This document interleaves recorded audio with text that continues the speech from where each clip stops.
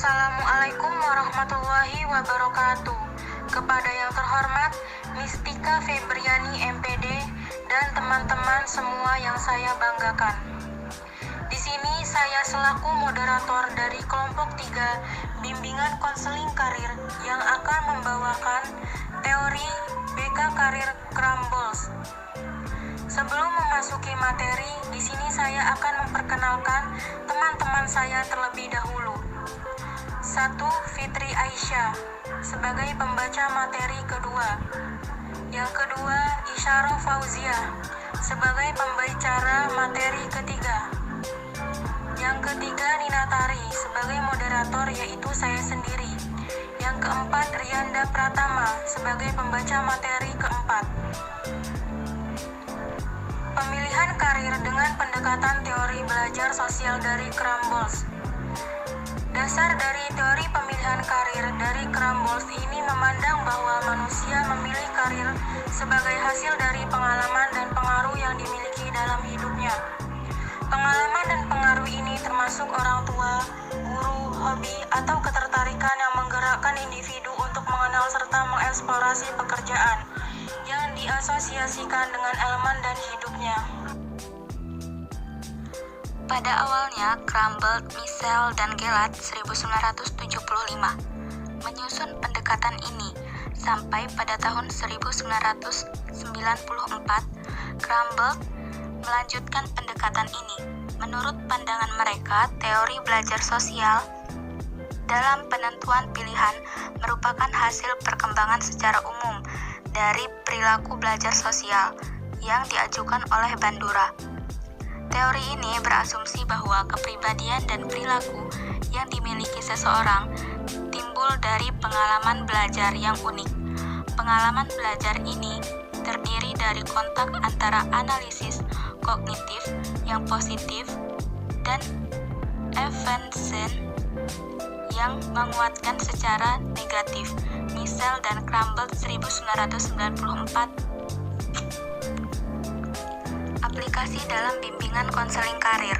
Crumbles dan Baker 1973 mengidentifikasi beberapa langkah yang terlibat dalam konseling karir, yaitu 1. Menjelaskan masalah dan tujuan. 2. Mengidentifikasi bermacam solusi. 3. Mengumpulkan informasi tentang masalah yang telah dikenali. 4. Menguji kemungkinan hasil dari pilihan yang beragam. 5. Mengevaluasi ulang tujuan. 6. Menyamaratakan semua proses kepada masalah yang baru.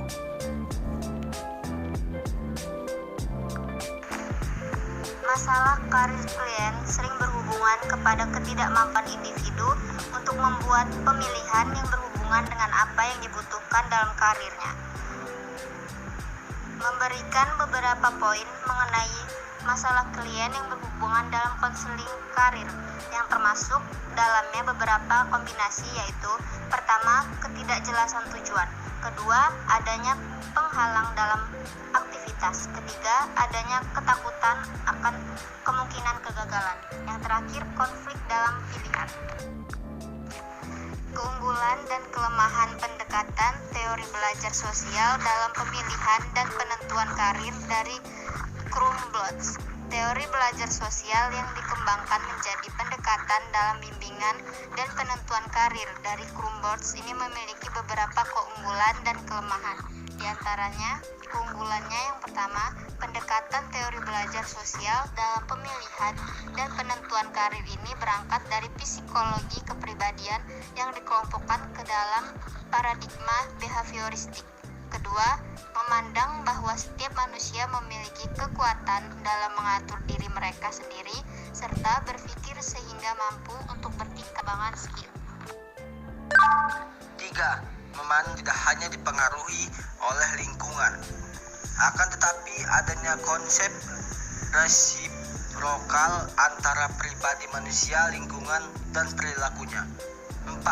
Dalam pemilihan dan penentuan karir melalui pendekatan ini untuk memfasilitasi perolehan pengetahuan tentang diri dan skill yang dibutuhkan untuk menangani dunia yang selalu berubah yang dipenuhi dengan ketidakpastian, bukan untuk memilih pekerjaan berdasarkan karakter personal pembuat keputusan.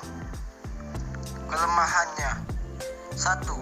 Tidak menjelaskan pada tahap perkembangan apa individu tersebut memulai menentukan pemilihan dan penentuan karir. Karena pendekatan ini berparadigma behavioristik, karena hanya membahas aspek kepribadian yang observable saja. 3. Sehingga mengabaikan aspek perbedaan manusia. Baik, itu saja yang dapat kami presentasikan. Sekian, terima kasih.